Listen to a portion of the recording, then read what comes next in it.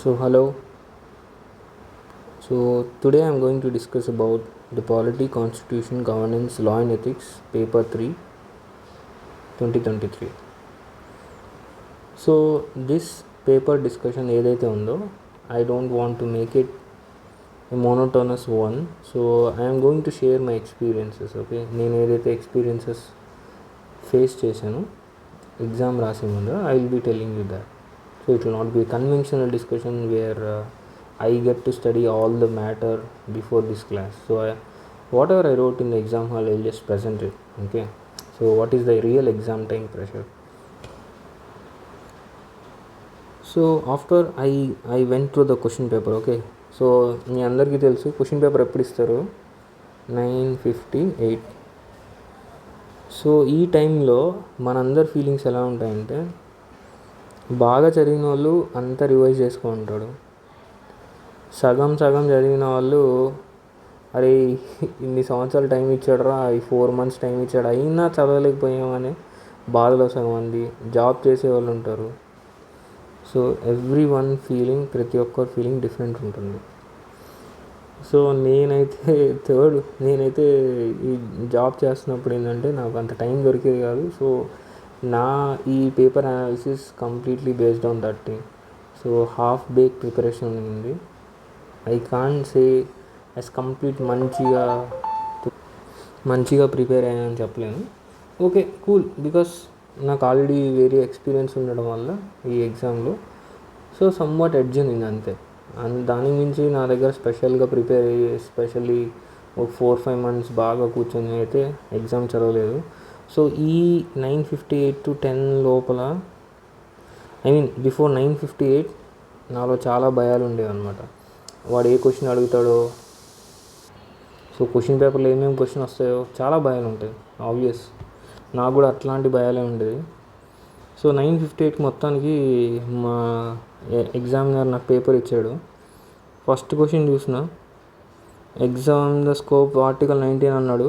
నాకు అస్సలు article 19లో just article తెలుసు, దాని గురించి ఏం ఐడియా లేదు. సో ఇమీడియట్లీ సెకండ్ క్వశ్చన్ వచ్చిన ఇంటర్స్టేట్ కౌన్సిల్. ఓకే ఇది రాయొచ్చు అనుకున్నా. Office of governor, it's conventional question. So ఇది న్యూ ఎడ్యుకేషన్ పాలసీ. ఓకే ఈ క్వశ్చన్ ఇచ్చాడు. దాని తర్వాత Panchayati Raj, empowerment, women, finance commission గురించి ఇచ్చాడు. Parliament, motions, legislative council, legislative assembly, judicial review గురించి ఇచ్చాడు. పిఐఎల్ గురించి ఇచ్చాడు. దాని తర్వాత కౌటిల్యాస్ ఐడియాస్ గురించి అడిగాడు. సో ఈ విధంగా పేపర్ మొత్తం స్కాన్ చేసుకున్నాను. So first part A examiner నాకు ఇవ్వగానే డైరెక్ట్గా పార్ట్ ఏ అని హెడ్డింగ్ పెట్టాను. పార్ట్ ఏ అని హెడ్డింగ్ పెట్టి ఇమీడియట్లీ క్వశ్చన్ స్టార్ట్ చేసిన. బేసికలీ నేను ఈ కన్వెన్షనల్గా నాకు 2A బెస్ట్ అనిపించింది. సో దీంతో ఎగ్జామ్ స్టార్ట్ చేద్దాం ఫిక్స్ అయ్యా. So the office of the governor in certain situations carries with it the exercise of discretionary functions and special responsibilities and discuss the statement in view of the constitutional provisions. So this is the question. So దీంట్లో keywords ఏంటంటే he is talking about office of governor and the exercise of discretionary function and special responsibilities with respect to constitutional provisions. So immediately I had pretty much I just put 2A. I had pretty much good idea about what governor ఏం చేస్తారు. So governor is an independent constitutional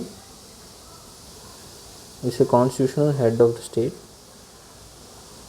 Okay, and a live link between center and state.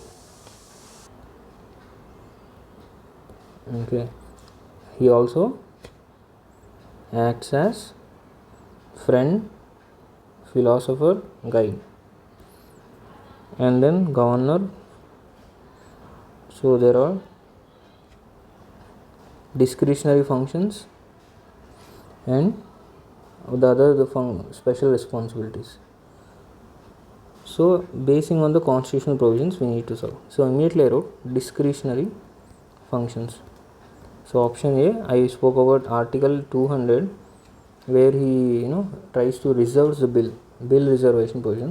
So I wrote 2 lines of this, and then I straight away went to Article 356, where he can recommend to the president that administration of state there is no constitutional governance. Option C. So we can speak about some discretionary power with respect to explicitly mentioned in, I think, Article 163, I guess. They explicitly mentioned that as and when he has some discretionary functions. For example, then I wrote, when there is no clear mandate.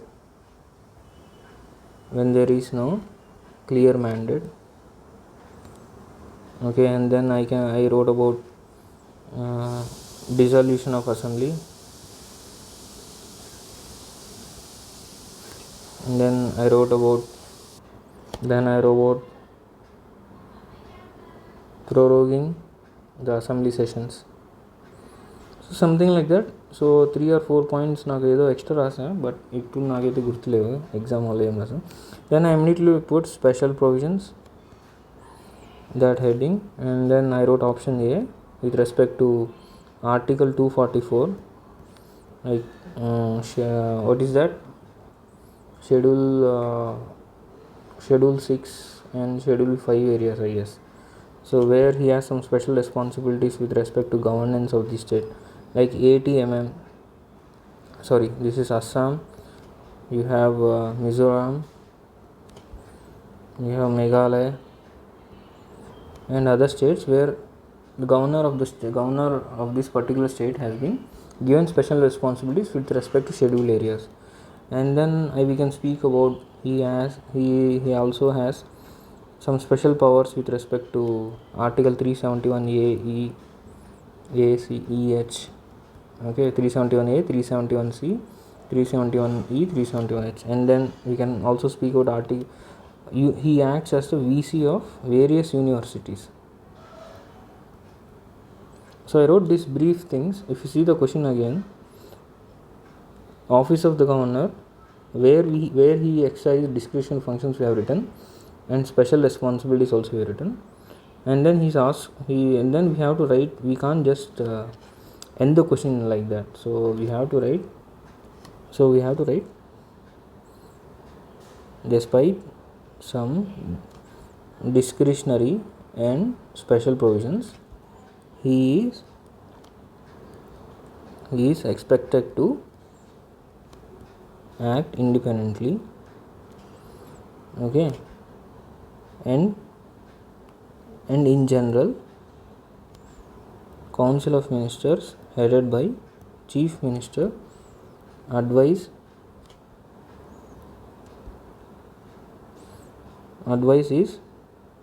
is of prime importance in a constitutional democracy, or in a constitutional or parliamentary democracy,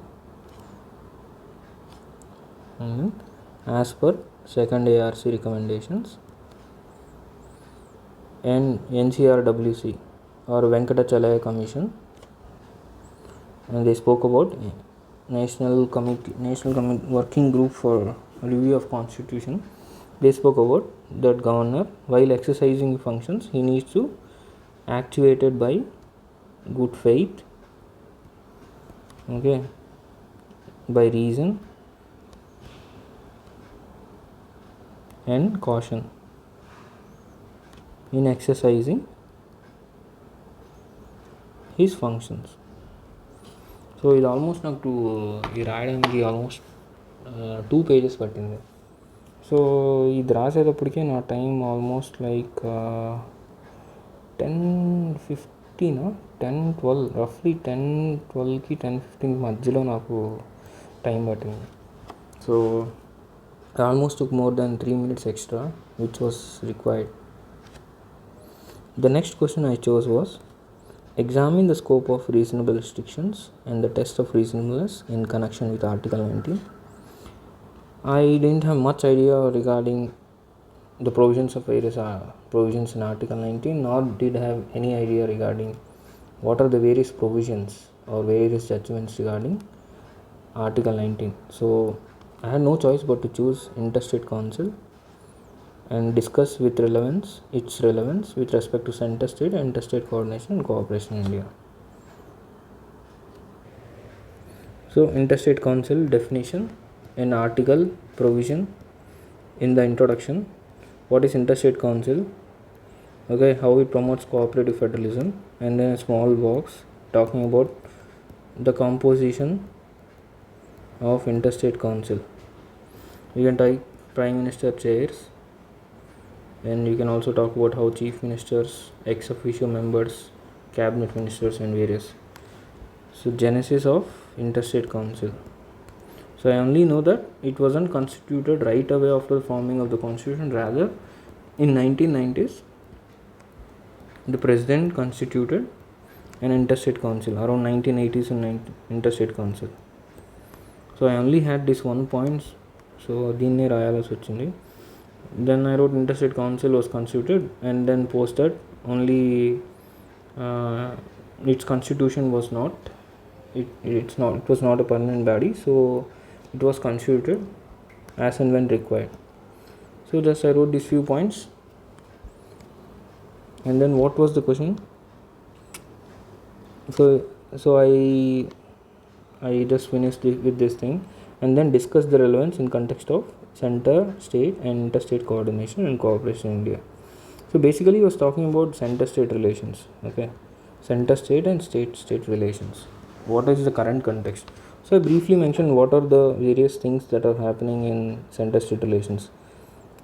There are various things that center and state relations are there. For example, you have legislature, you have finance, okay, you have administration, you have executive functions where center state relations overlap, and as well as state relations. And then we can speak about how there have been decline in the state list and increase in the concurrent list. And as far as finance is related, you can speak about GST, you can speak about finance commission, you can speak about central sector schemes, you can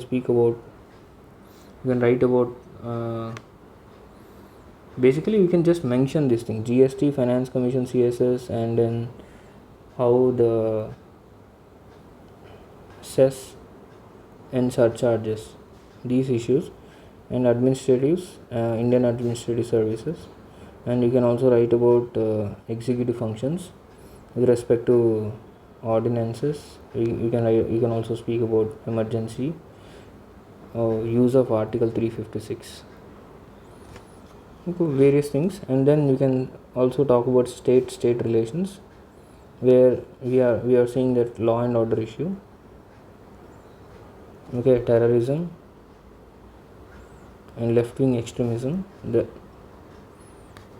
and also some financial matters. For example, river water dispute that is happening, okay, boundary issues. You can speak out migration, and these are the various state to state relations that we need to consider. So how interstate council relevance? So basing on the above context, interstate council can be relevant in order to promote cooperative federalism. Realizing the importance of interstate council post 2014, various interstate councils meetings have been convened to sort out various issues. And we can also say that apart from this, there need to be a strong interstate council must have a permanent secretariat in order to bring continuity in resolution of interstate and state to state disputes. I don't know, I haven't justified whether నేను ఈ క్వశ్చన్కి అడిగిన దానికి justify చేశానో లేదో తెలియదు. But exam హాల్లో నాకు ఈ పాయింట్స్ గుర్తొచ్చాయి కాబట్టి ఇదే రాశాను. మేబీ ఆఫ్టర్ రైటింగ్ ఎగ్జామ్ నాకు చాలా పాయింట్స్ దొరకవచ్చు, బట్ బేసికలీ ఇదే రాశాను. ఐ డోంట్ నో ఎగ్జామ్ నాకు ఎంత మార్క్స్ ఇస్తాడో. హాఫ్ 5 మార్క్స్ ఇచ్చినా గ్రేట్. సో టైం చూసుకుంటే already like around more than 10:30, రఫ్లీ అరౌండ్ 10:33 అయిపోయింది 2 క్వశ్చన్స్ రాసేటప్పటికే. So that's a disaster, right? So నాకు మిగతా క్వశ్చన్స్ ఈ 25 to 26 మినిట్స్లో I have to write 3 questions. That means రఫ్లీ 9 మినిట్స్లో నేను మిగతా క్వశ్చన్స్ కంప్లీట్ చేయాలి. సో అది పెద్ద ఛాలెంజ్ అనమాట. అప్పుడే టెన్షన్ స్టార్ట్ అయిపోయింది, వెదర్ నేను క్వశ్చన్ పేపర్ని పూర్తిగా కంప్లీట్ చేసుకుంటానో లేదో టెన్షన్ స్టార్ట్ అయిపోయింది. సో ఇమీడియట్లీ నెక్స్ట్ క్వశ్చన్ చూసాను, నాకు ఆల్రెడీ టైం అయిపోతుంది. So basically finance commission question చూసాను. సో ఈ 3 క్వశ్చన్ చూసా. Discuss the scope and challenges involve in political empowerment of women through panchayat raj. So panchayat raj ద్వారా ఉమెన్ ఎంపవర్మెంట్ మాట్లాడుకున్నాడు. So it was a good question. Briefly suggest how to enhance women empowerment in rural and urban local governance. So ఇది కూడా easy question, but it takes lot of time to bring out more concrete points. Comparatively, the Finance Commission, though not being a permanent body, has still maintained credibility by promoting fiscal democracy in India. So I basically choose this question. So దీని అర్థం ఏంటంటే the Finance Commission is not a permanent body because it's constituted after every 5 years or before 5 years by the President of India. So it's not a, and it also doesn't have a permanent secretariat of its own. So there is no Finance Commission secretariat, and so that there is no separate staff that is maintained regularly for Finance Commission. And still maintain, despite that, they have still maintained its credibility by promoting fiscal democracy in India. So basically, so this question talks about you have to mention name rasante I mention article 280. So article 280 of the constitution provides for constitution of Finance Commission every 5 years. So in order to deal with various matters like option A, option B, option C, option D. So here it talks about horizontal devolution, it talks about vertical devolution, it talks about grants in aid and other taxes that can be devolved to states and other terms of reference by the president. So as simple as that. So half page is rasanu. So immediately that we need to talk about its question. Choose what they said is the Finance Commission, so not a permanent body, has still maintained credibility by promoting fiscal democracy in India. Comment. So it's not Finance Commission, it's not a permanent body. So I just wrote that Finance Commission is an ad hoc body which is constituted after every 5 years or within 5 years. Then I spoke about Finance Commission doesn't have a permanent secretariats of its own. Okay, Finance Commission doesn't have continuity in terms of its recommendations. Okay, so that's why it's not a permanent body. And the second part of the question they asked was still maintained its credibility by promoting fiscal democracy in India and role in fiscal democracy. So if you talk about fiscal democracy, the finance is divided between center and state. So what about fiscal democracy? Key features is ensuring equity between center state as well as states. That is one major thing. 2 is ensuring equality. 3 is ensuring elasticity. And then compensation. So these are the various ways in which Finance Commission is ensuring fiscal democracy. And then we have to speak about how fiscal democracy, equity. So you can speak about how equity in terms of, if you see the Finance Commission recommendations, it speaks about there is a formula based allocations. formula based allocation, which takes into consideration of the population. Okay, it takes into consideration of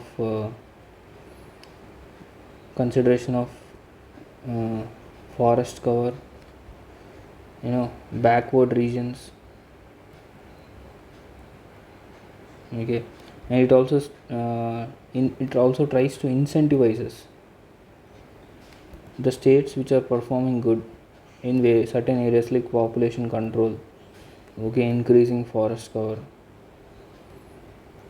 So in this way, the finance commission body is trying to ensure fiscal democracy by showing equity concern. And also it also speaks about, in this way we have to talk about how the finance commission is trying to ensuring fiscal democracy by writing how finance commission takes into consideration of population issues, okay, backward regions, okay, and it also takes into consideration of this backward regions, border areas, okay.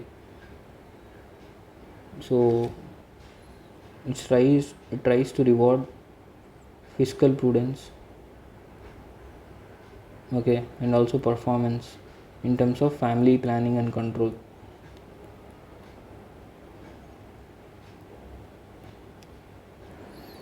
So also these are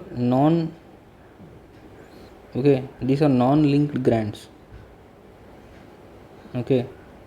These the finance commission provides grants which are non-tied, okay, non-tied. So state governments have autonomy to utilize these functions according to the needs. And also finance commission also tries to provide funds to local self governments or local bodies, panchayat raj institutions and urban local bodies. So in this way, finance commission is trying to ensure fiscal equity, promoting strengthening finances of local self governments, and also increasing untied grants. As a result, giving more space for states to operate according to their needs. So నాకు ఈ పాయింట్సే గుర్తొచ్చాయి అనమాట with respect to physical democracy. I don't say that whatever the points that have said are right, or I don't know what examiner exact answer of this. So whatever I wrote in the exam, I'm trying to convey. Suppose this, and the next question was briefly discuss the different kinds of motions used to discuss matters in parliament and comment difference between motions and resolutions. So ఎవరికైతే there is a clear clarity what are motions, substantive motion, adjournment motion, no confidence motion, different kinds, and then difference between motion and resolution. This is a pretty much straight question, but I choose to write this: describe the matters in which legislative council stands equal with legislative assembly along with matters in which stands unequal with legislative assembly. So as simple as that, I just wrote the Indian government follows the Indian constitution.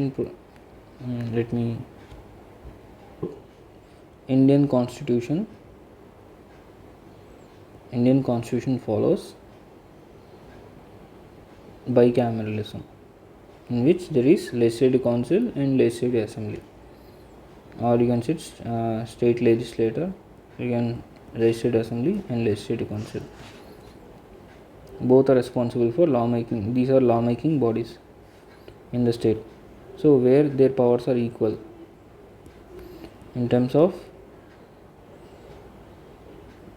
ordinary bill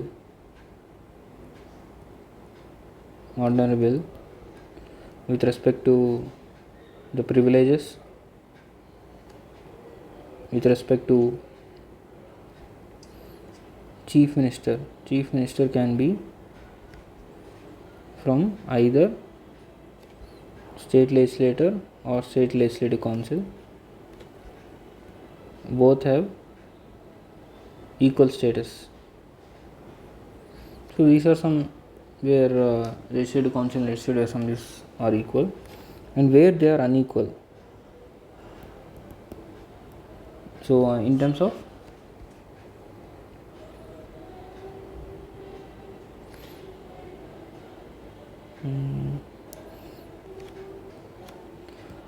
With respect to money bills,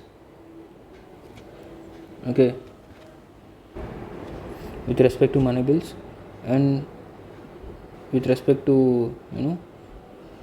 dissolution of assembly, no confidence motion, and we can also speak about limited power of state legislative council in terms of passing of bills.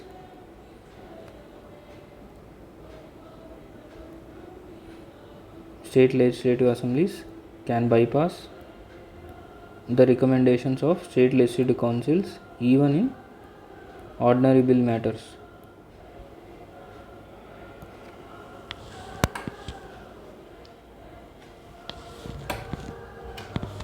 And in this way we can write that where state legislative council and state legislative assemblies are equal, and where state legislative assemblies and state legislative council, and also we can say that state legislative councils can be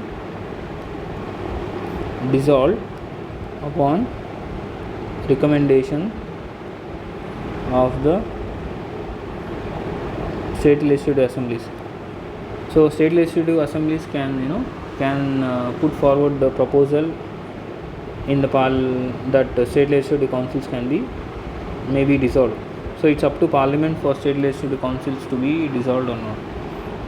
So in this manner they are equal and unequal in some parts, but however both state legislative assemblies and state legislative councils are key for ensuring constitutional governance or parliamentary democracy. That's all. That's a simple so as far as 5A's question, discuss the scope of judicial review in reviewing administrative action, legislative enactments and judicial decisions. Second, what is meant by public interest litigation, and describe the name of the court, describe the nature of court orders that are passed by PL. See, generally exam కెళ్ళే ముందర నాకైతే PL గురించి తెగ revise చేసే what is PL, I knew what kind of various judgments that happen, evolution. But ఇక్కడ క్వశ్చన్లో second పార్ట్లో they ask describe the nature of court orders. So ఈ నేచర్ ఏంటో నాకు తెలియదు, whether they were asking about environmental orders like parliament with respect to political orders లేకపోతే with respect to administrative orders, I don't know. So that's why I was forced to choose this question instead of knowing everything about PL, but something came out of the box. If they would have asked explain various instances where PL has become socio-economic tool or it became a boon for society, and these type of answers I could have written very good, but they asked describe the nature of court orders. I don't know what kind of court orders they are expecting, so I was forced to choose this. So basically they are asking about the scope of judicial review in reviewing administrative action, legislative enactments and judicial decisions. Okay, so basically we have to write what is judicial review, basic definition, and then which are the articles that are provided, article 13, 32, 226, various articles provides for judicial review for both high courts and supreme courts. We have to write about this thing, and later judicial review with respect to scope in legislative enactments. So as far as legislative enactments is concerned, procedure established by law and due process of law, these are the key issues are considered when Supreme Court or High Courts are considering cases of judicial review with respect to legislator.